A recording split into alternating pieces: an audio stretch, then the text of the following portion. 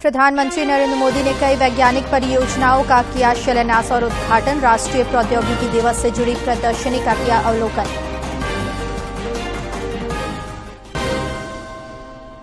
हजारीबाग के मेरू स्थित सीमा सुरक्षा बल प्रशिक्षण केंद्र में दीक्षांत परेड का आयोजन। राज्यपाल सीपी राधाकृष्णन हुए शामिल। जवानों ने किया आकर्षक मार्च पास्ट।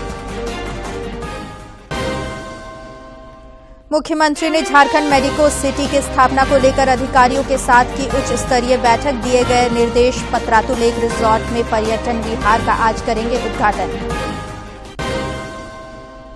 और सेना की जमीन फर्जीवाड़ा मामले में जमीन मालिक जयंत कर्नाड ने दर्ज कराया बयान। निलंबित आईएएस पूजा सिंघल की 82.77 करोड़ की संपत्ति स्थायी रूप से अटैच।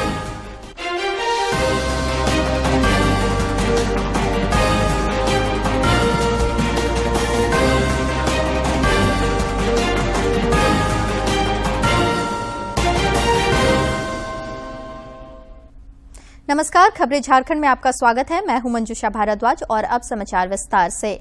आज राष्ट्रीय प्रौद्योगिकी दिवस है। राष्ट्रीय प्रौद्योगिकी दिवस पर कई कार्यक्रमों का आयोजन किया जा रहा है। प्रधानमंत्री नरेंद्र मोदी नई दिल्ली में राष्ट्रीय प्रौद्योगिकी दिवस पर आयोजित कार्यक्रम में शामिल हुए। इस दौरान प्रधानमंत्री ने करोड़ों रुपए की कई परियोजनाओं का शिलान्यास और उद्घाटन किया। इस दौरान प्रधानमंत्री ने कहा कि भारत ने पोखरण परमाणु प्रशिक्षण के जरिए वैज्ञानिक सामर्थ्य को साबित किया है।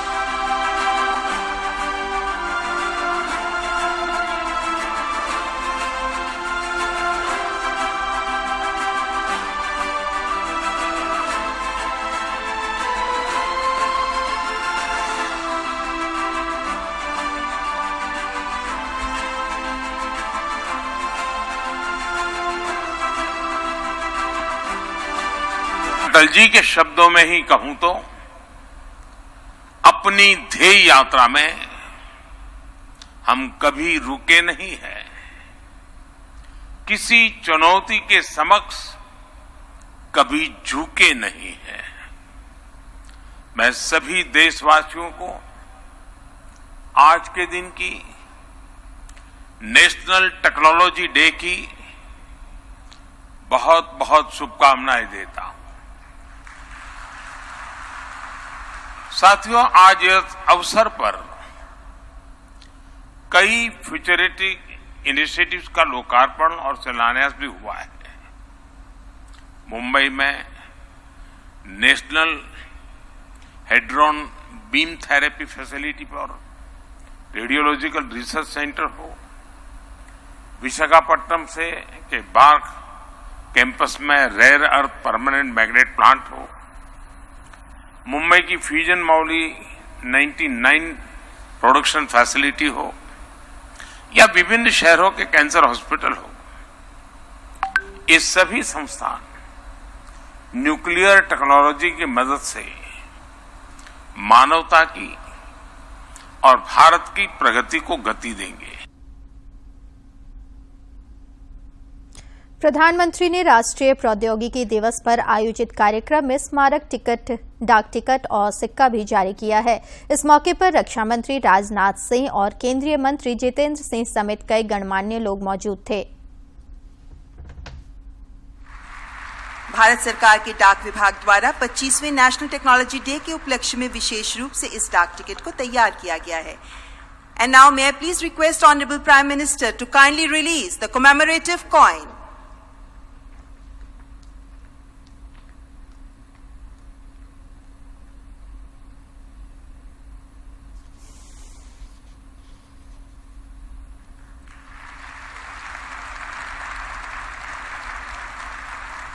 Thank you, Honorable Prime Minister. इससे पहले प्रधानमंत्री ने हाल के दिनों में भारत में की गई वैज्ञानिक और तकनीकी प्रगति को दर्शाने वाली प्रदर्शनी का उद्घाटन किया। प्रधानमंत्री ने इस दौरान विद्यार्थियों से संवाद भी किया।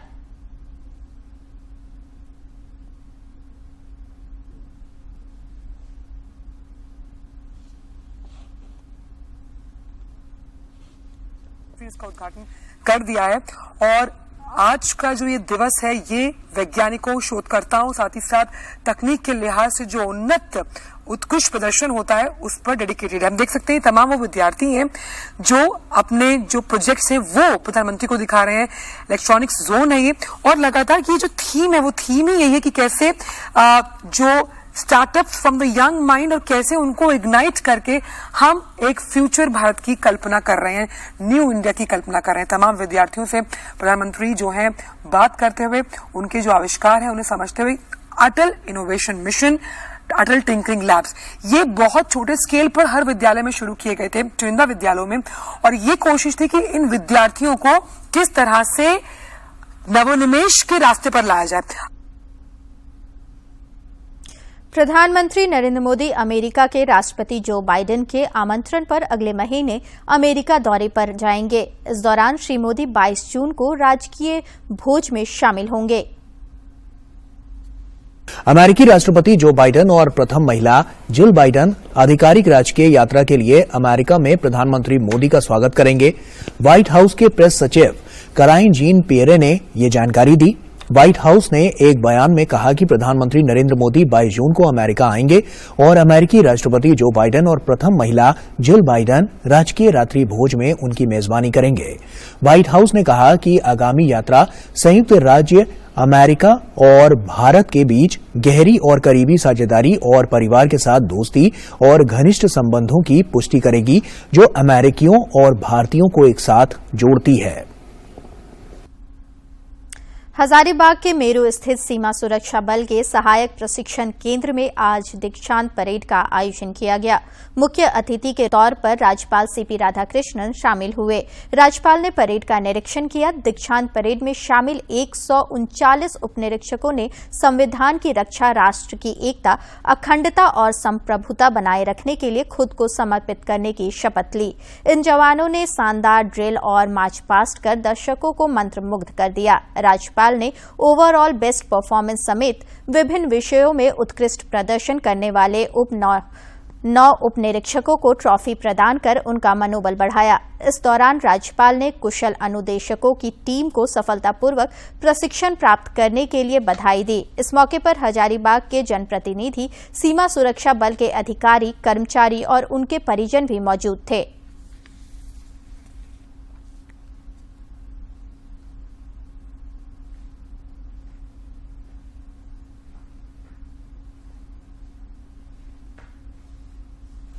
रांची के काके स्थित रेनपास की करीब 76 एकड़ जमीन पर झारखंड मेडिको सिटी का निर्माण किया जाएगा। इसे लेकर मुख्यमंत्री हेमंत सोरेन ने कल अधिकारियों के साथ महत्वपूर्ण बैठक की। इस दौरान मुख्यमंत्री ने झारखंड मेडिको सिटी की कंसल्टेंसी एजेंसी का प्रेजेंटेशन देखा और फिर उन्हें कई महत्वपूर्ण निर्देश दिए। मुख्यमंत्री ने कहा कि झारखंड मेडिको सिटी परिसर में कॉमन यूटिलिटी सर्विस के डिस्पोजल के लिए आधुनिकतम तकनीक का इस्तेमाल किया जाए ताकि देश दुनिया के समक्ष इसे एक मॉडल मेडिकल हब के रूप में रख सकें। मुख्यमंत्री हेमंत सोरेन अब से थोड़ी देर बाद रामगढ़ जिले के पतरातू स्थित लेक रिजॉर्ट में पर्यटन विहार का उद्घाटन करेंगे। समारोह के दौरान पर्यटन निदेशालय द्वारा आयोजित किए गए फोटोग्राफी और वीडियोग्राफी प्रतियोगिता के सभी विजेताओं को पुरस्कृत भी किया जाएगा। कार्यक्रम में पर्यटन मंत्री हफीजुल हसन, स्थानीय सांसद जयंत सिन्हा और विधायक अंबा प्रसाद समेत कई गणमान्य लोग मौजूद रहेंगे। मुख्यमंत्री हेमंत सोरेन से कल बिहार के मुख्यमंत्री नीतीश कुमार ने मुलाकात की। इस दौरान बिहार के उप मुख्यमंत्री और राजद नेता तेजस्वी यादव, जनता दल यूनाइटेड के राष्ट्रीय अध्यक्ष और सांसद राजीव रंजन सिंह ने भी औपचारिक मुलाकात की। मुलाकात के दौरान राजद नेता और मंत्री सत्यानंद भोक्ता, मिथिलेश ठाकुर, बिहार सरकार में मंत्री जयंत झा और राज्यसभा सांसद खीरू महतो भी मौजूद थे।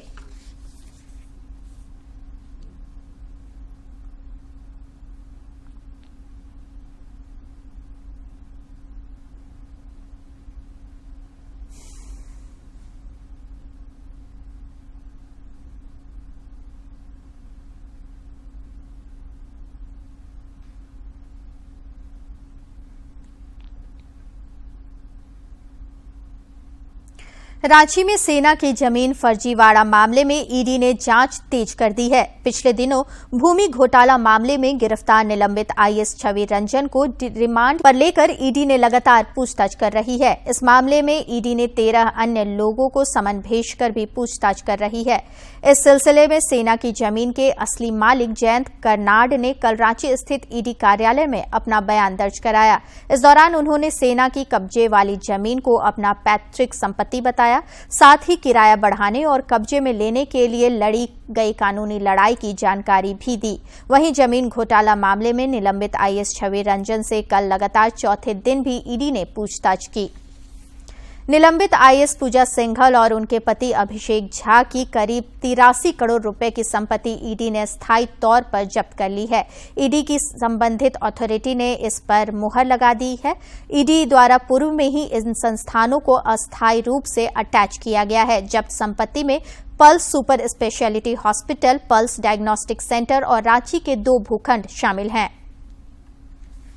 गोवा में चल रही G20 विकास कार्य समूह की बैठक का आज आखिरी दिन है।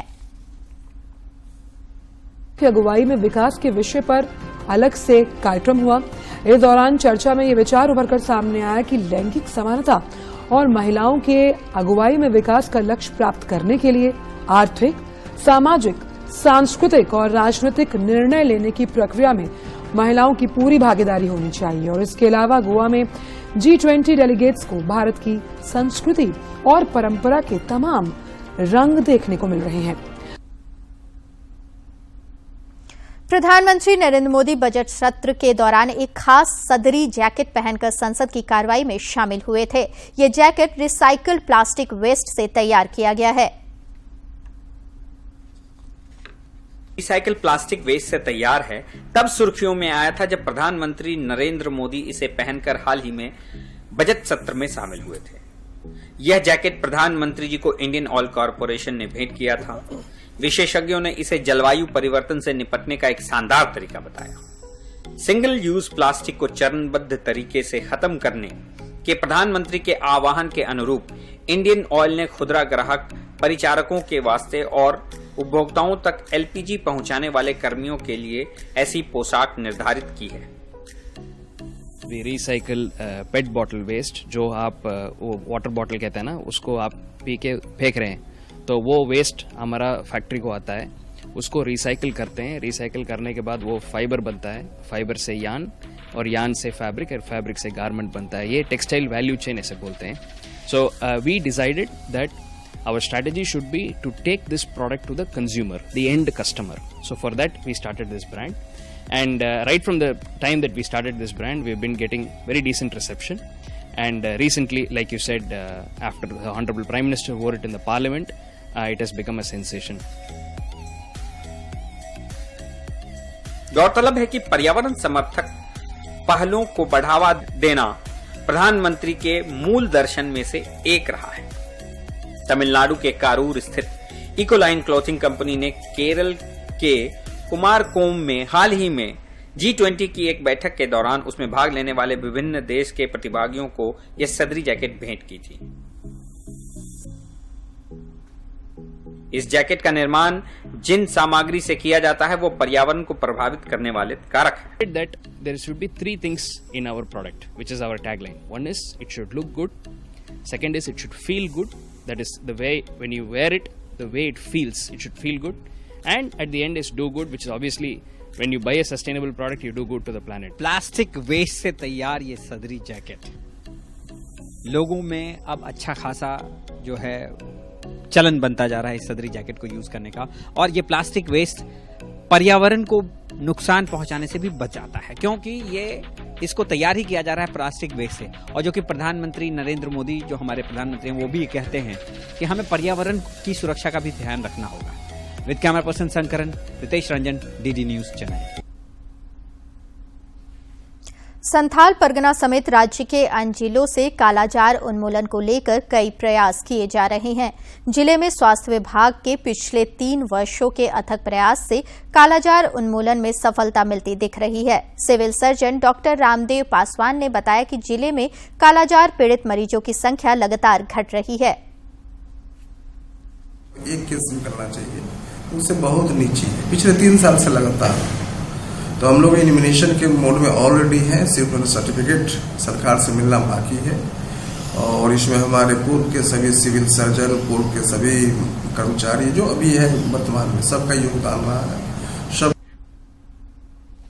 प्रधानमंत्री नरेंद्र मोदी 28 मई को मन की बात कार्यक्रम के जरिए देशवासियों के साथ अपने विचार साझा करेंगे। प्रधानमंत्री ने इस कार्यक्रम के लिए लोगों से अपने सुझाव देने का आग्रह किया है। सुझावों को टोल फ्री नंबर 1800117800 पर मिस्ड कॉल देकर रिकॉर्ड कराया जा सकता है। माई गॉव फोरम या नमो ऐप पर भी लोग अपने सुझाव दे सकते हैं। और अब कुछ खबर राज्य के विभिन्न जिलों से।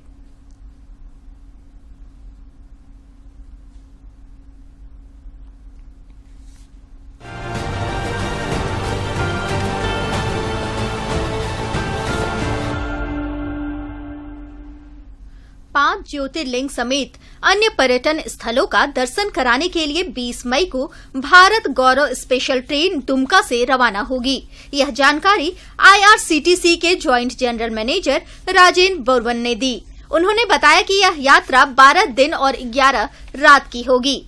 झारखंड ऊर्जा विकास निगम के विधि पोर्टल की लॉन्चिंग झारखंड उच्च न्यायालय परिसर के महाधिवक्ता कार्यालय में किया गया।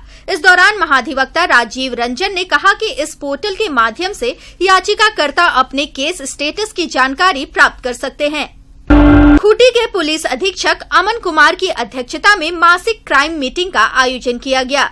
मौके पर थानावार कांडों की समीक्षा की गई और विभिन्न कांडों के डिस्पोजल और वारंट कुर्की के निष्पादन की स्थिति की समीक्षा की गई। आसनसोल रेल डिवीजन के ADRM MK Meena Dumka special railway station पहुंचे।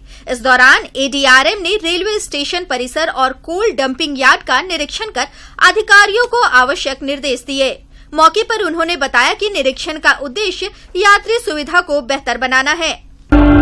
कोडरमा जिले के जयनगर थाना क्षेत्र के कटहाडीह के समीप हुई सड़क दुर्घटना में 3 लोग घायल हो गए। उन्हें इलाज के लिए कोडरमा सदर अस्पताल लाया गया, जहां से एक घायल को प्राथमिक उपचार के बाद बेहतर इलाज के लिए रेफर कर दिया गया। झारखंड राज्य जन सेवक संघ के आह्वान पर खूंटी जिले के सभी जनसेवक अनिश्चितकालीन हड़ताल पर चले गए हैं। इनके कारण खूंटी जिले के सभी प्रखंडों में कार्य प्रभावित हो रहा है। गिरिडीह जिले के बगोदर थाना क्षेत्र के पेसरा गांव में ग्रामीणों ने शराब की अवैध बिक्री के खिलाफ लाठी मार्च निकाला, जिसमें महिलाओं के साथ पुरुष भी शामिल हुए। महिलाएं हाथ में लाठी लिए गांव में शराबबंदी का नारा लगाते हुए चल रही थी। इस दौरान ग्रामीणों ने शराब के धंधे से जुड़े तस्करों के खिलाफ जमकर नारेबाजी की। गुमला जिले के बिसुनपुर थाना क्षेत्र के सीरापाट हारडूप गांव में जमीन विवाद में दंपति की लाठी डंडे से पीट कर हत्या कर दी गई। पुलिस ने हत्या के आरोपी युवक को गिरफ्तार कर लिया है। रांची जिले के सिल्ली थाना क्षेत्र से पुलिस ने मुखिया सावन देवी के पति श्रवण कुमार मुंडा की हत्या मामले में आरोपी को गिरफ्तार कर लिया है। गिरफ्तार आरोपी के पास से घटना में इस्तेमाल किया गया चाकू बरामद कर लिया गया है। मैथिली साहित्यकार सुस्मिता पाठक की पुस्तक कथावाचक का रांची के हरमू स्थित झारखंड मैथिली मंच के विद्यापति दलान में लोकार्पण किया गया। मौके पर साहित्यकार एवं लहरी पत्रिका के संपादक नरेंद्र ने कहा कि सुस्मिता पाठक की कहानियों में मैथिल स्त्रियों के दारुण जीवन और सामाजिक विडंबना का आख्यान प्रमुखता से रेखांकित हुआ है।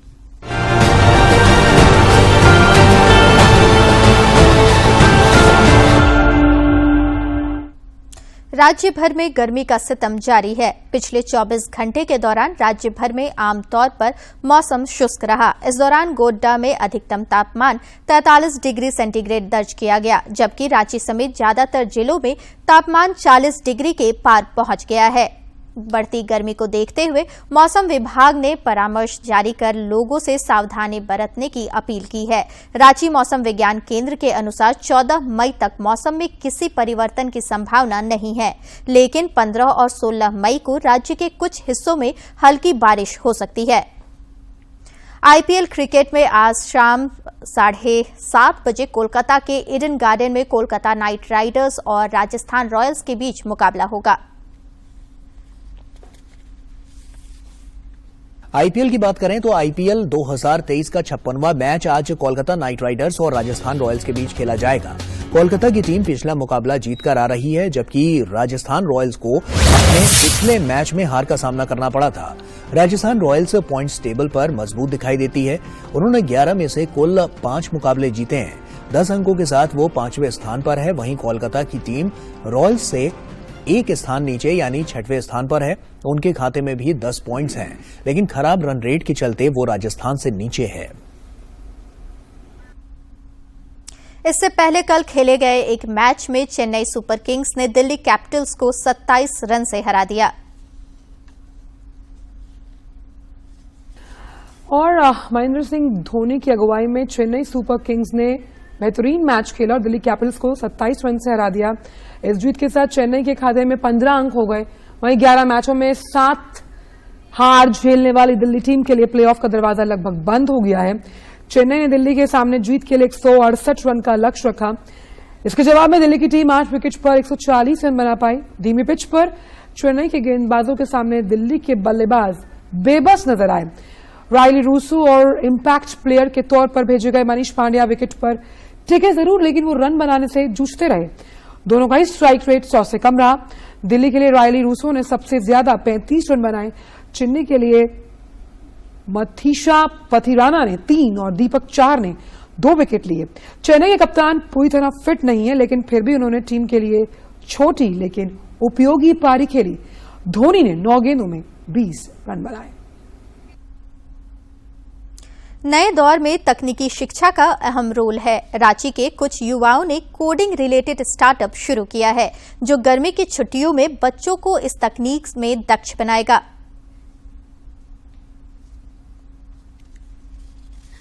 तकनीकी शिक्षा के नए दौर में कोडिंग का बड़ा महत्व है। बीआईटी मिश्रा से पास आउट कुछ युवाओं ने एक स्टार्टअप शुरू किया है। बड़ी बात यह है कि इन युवाओं ने स्टार्टअप तब शुरू किया जब इनकी पढ़ाई पूरी भी नहीं हुई थी। यह स्टार्टअप कोडिंग समेत अन्य नई तकनीकों से छात्रों को रूबरू कराता है। इस साल गर्मी की छुट्टियों में ये स्कूली बच्चों को कोडिंग में माहिर बनाएंगे। और आज चल के फ्लॉक्सेस काफी बड़ा हो गया है और सिंस लास्ट ईयर हमारे खुद का प्लेसमेंट भी काफी अच्छा लगा था, बट वो हमने छोड़ दिया क्योंकि हमें रांची और झारखंड के लिए कुछ करना था। कंपनी के सीईओ उत्कर्ष ने बताया कि वैसे तो तकनीकी शिक्षा में भारत काफी आगे है, लेकिन विश्व में बढ़ती जरूरतों के हिसाब से हमें और भी तकनीकी प्रोफेशनल्स तैयार करने की जरूरत है। देश की जो कॉलेज में स्किल्स पढ़ाया जाता है और जो इंडस्ट्री में स्किल्स सिखाया जाता है, उसमें बहुत बड़ा गैप है एंड उस गैप को फुलफिल करने के लिए हमने ये फ्लॉक्सेस का एस्टैब्लिशमेंट किया। कंपनी द्वारा आयोजित एक वर्कशॉप को संबोधित करते हुए शिक्षाविद नीता पांडे ने कहा कि नई शिक्षा नीति में तकनीकी शिक्षा को काफी महत्व दिया गया है। पढ़ने का तरीका भी दिन प्रतिदिन चेंज हो रहा है, specially with the vision of the government in the national education policy. Technological education is of utmost importance. बहुत ही important है ये। उच्च संस्थान से तकनीकी शिक्षा प्राप्त कर इन युवाओं ने सम्मानित नौकरी के बजाय स्टार्टअप शुरू करना ज्यादा बेहतर समझा। इसके पीछे इनकी सोच झारखंड को तकनीकी रूप से समृद्ध करना है, जो काबिले तारीफ है। रांची से अवधेश गौतम की रिपोर्ट। गुमला के उपायुक्त सुशांत गौरव ने कल मोटे अनाज रागी से बनने वाले विभिन्न उत्पादकों के दूसरे चरण की शुरुआत की। गुमला जिले के स्थानीय महिला मंडल के सहयोग से मिलेट वर्ष में मोटे अनाज के विभिन्न उत्पादकों को बनाया जा रहा है।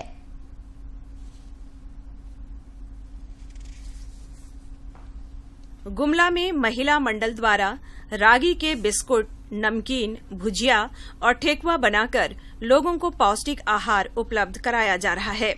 उपायुक्त सुशांत गौरव ने कहा कि रागी के उपयोग से यहां के लोगों को पौष्टिक तत्वों को पूरा करने में सहायता मिलेगी।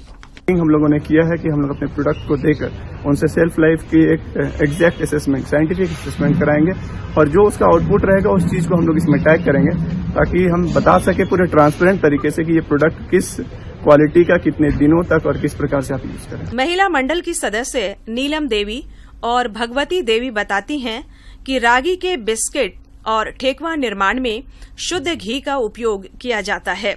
तथा चीनी इलायची के उपयोग से इसका स्वाद दोगुना हो जाता है। हम लोग मड़वा रागी का एक बिस्किट फिर से लॉन्च कर रहे हैं। बिस्किट में हम लोग रागी आटा डाले हैं, शक्कर डाले हैं और देसी मतलब प्योर घी डाले हैं। जनजातीय जिला गुमला में महिला मंडल द्वारा रागी के बिस्कुट और उत्पाद बनाकर लोगों को पौष्टिक आहार उपलब्ध कराया जा रहा है ताकि एनीमिया और कुपोषण जैसी बीमारियों से बचा जा सके। गुमला से बलदेव प्रसाद की रिपोर्ट।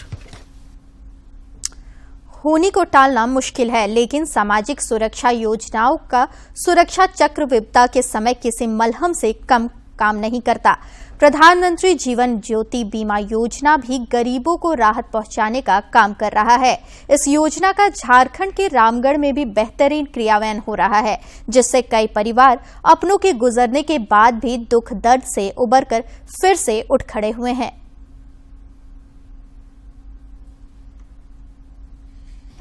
अपनों के बिछुड़ने का दर्द हर कोई समझ सकता है और इस पर किसी का जोर भी नहीं चलता। कई बार परिवार में होने वाली अकस्मात घटना पहाड़ बनकर टूटती है। रामगढ़ के मगनपुर निवासी भरत करमाली के परिवार में भी दुखों का पहाड़ टूट पड़ा जब उनके भाई दीपक करमाली इस दुनिया से चल बसे। उनके देहांत के बाद उनकी पत्नी महिमा देवी मुश्किलों के भंवर में चली जाती अगर उन्हें प्रधानमंत्री जीवन ज्योति बीमा योजना का लाभ न मिला होता। पति की मौत के बाद उन्हें इस योजना का लाभ मिला और उनके अकाउंट में 2 लाख रुपये सीधे भेजा गया। स्वर्गीय दीपक करमाली के भाई भरत करमाली इसे देखकर प्रधानमंत्री और केंद्र सरकार की संवेदनशीलता के कायल हो गए हैं। दीपक करमाली का निधन 3 वर्ष पूर्व हुआ था, जिसका हम लोग 330 रुपया दे के बीमा कराए थे, जिसका बेनिफिट हमारे भवाहो महिमा देवी को 2 लाख रुपया का हुआ। प्रधानमंत्री जीवन ज्योति बीमा योजना के एक अन्य लाभुक घनश्याम महतो ने बताया कि उनकी पत्नी उपाशी देवी का देहांत के बाद उन्हें भी इस योजना का लाभ मिला तथा उनके अकाउंट में 2 लाख रुपये भेजा गया। श्री महतो ने कहा कि यह योजना उन जैसे गरीबों के लिए काफी लाभकारी है।